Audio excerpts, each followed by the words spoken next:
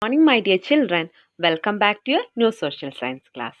Today, we start with the third chapter of your political science textbook, that is, how the state government works. Now, we all know that the government works at three different levels: the national level, the state level, and the local level. And in the last year, we already learned about the functioning of local level government in detail. So, this year in this chapter, we examine or we will discuss the work of this government at the state level. Okay, or we will learn what are the functions of the state government. A government functioning at the state level is known as the state government.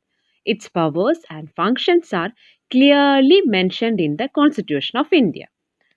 And every state in India has a legislative assembly. And each state in India is divided into different areas or constituencies. So, from each of these constituencies, the people will elect one representative who then become a member of the legislative assembly, MLA. So, simply we can say that the people's representatives of every area are known as MLAs. So tell me how people will choose an MLA? People will choose them through election. And you already knows that people stand for elections in the name of different parties, right? So these MLAs therefore belong to different political parties. Then do you know that how do these MLAs will become ministers or chief ministers? So that we are going to discuss now. So, in the election, a political party whose MLAs have won more than half the number of constituencies in a state can be said to be in a majority. And the political party that has the majority is called the ruling party, and all other members are called the opposition. For example, we can take the case of Himachal Pradesh. The Legislative Assembly of the state of Himachal Pradesh has 68 MLA constituencies. Okay, so the state is divided into 68 constituencies or areas. So candidates from the various political parties won the election in 2003 and became MLAs. So, since the total number of MLAs in a legislative assembly is 68, a political party would have needed to have more than 34 MLAs in order to gain a majority. Okay. So, the Indian National Congress with 43 MLAs had the majority and it became the ruling party in Himachal Pradesh. So, what all other MLAs will do? They will become the opposition. So, in the case of Himachal Pradesh at that time, Bharatiya Janata Party, I mean BJP, was the major opposition party. Okay, and Congress was the ruling party because it had the largest number of MLAs after the Indian National Congress. So, that's why BJP became the major opposition party there. And among these opposition MLAs, there were MLAs who had been elected as independent candidates. Okay. So after the elections, the MLAs belonging to the ruling party will elect their leader who will become the chief minister. So in this case, in Himachal Pradesh, the Congress party MLAs choose Sri Veerabhadra Singh as their leader and he became the chief minister in 2003. So then the chief minister will elect other people as ministers.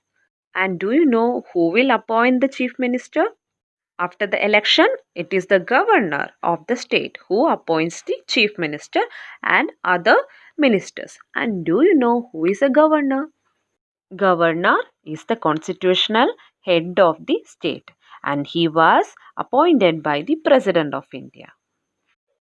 Then, in the case of state government, the chief minister and other ministers have the responsibility of running various government departments or ministries. So, all of them will have separate offices and all the MLAs from ruling parties and opposition party will meet at Legislative Assembly to discuss various things related to the state government. So, Legislative Assembly is a place where all the MLAs, whether from the ruling party or from the opposition party, to meet to discuss about the various matters related to state. So, at the time of discussions in the Legislative Assembly, MLAs can express their opinions and they can ask questions related to the issue or they can give suggestion about what should be done by the government, and the minister will give reply to the questions, and he will try to assure the assembly that the adequate steps are being taken. So, the chief minister and other ministers have to take decisions and run the government. And we usually hear about them or we will see them in the news channels or in the newspapers. But however, whatever the decisions are being taken by the minister or the chief minister, it should be approved by the members of the legislative assembly. And in a democracy, these members can ask questions or they can make debates on important issues, and they can decide where the money should be spent, etc. Okay, they will have the power to decide everything in the legislative assembly related to state government. So in the textbook, one example is there in page number 34.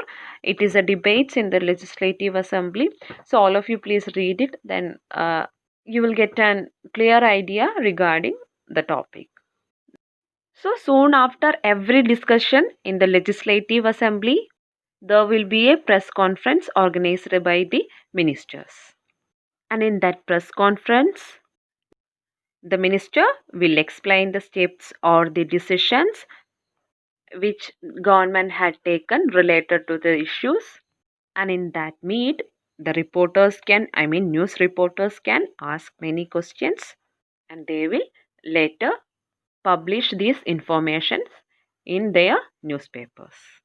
As we already discussed, in the case of state government, the chief minister and the ministers have to take action, and they will do this through various departments like the public work department, then the agricultural department, the health department, the education department, and so on. And this chief minister and the ministers have to answer questions that are asked in the legislative assembly, and they have to convince people who are asking questions that they are taken the proper steps. And at the same time, newspapers and the medias will widely discuss the issues in the state, and the government also want to respond to these. So briefly we can say that in a democracy, it is the people who will elect their representatives as members of the legislative assembly, MLAs. And in the election, after getting majority, one party will become the ruling party, then the ruling party members then form the government, and some members of that ruling party are appointed, majority party are appointed as ministers, and these ministers are in charge of various departments of the government such as health, then education, etc.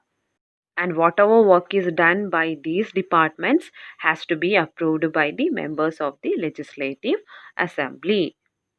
So these are all the important things from this chapter. Here I am attaching a video which will give you more clarification regarding this topic. Government works at 3 levels: local, state, and national. Who is an MLA? Members of the Legislative Assembly are elected by the people. After that, they become members of the Legislative Assembly. In India, every state has a Legislative Assembly. For example, Himachal Pradesh is divided into 68 assembly constituencies.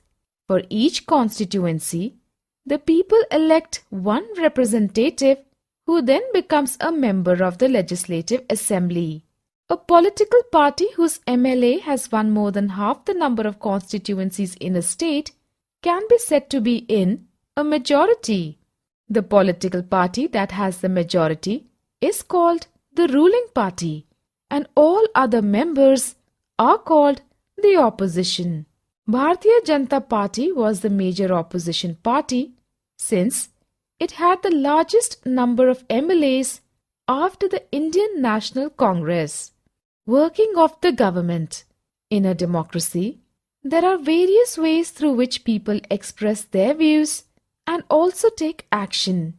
In a democracy, it is the people who elect their representatives as members of the Legislative Assembly, MLAs, and thus it is the people who have the main authority.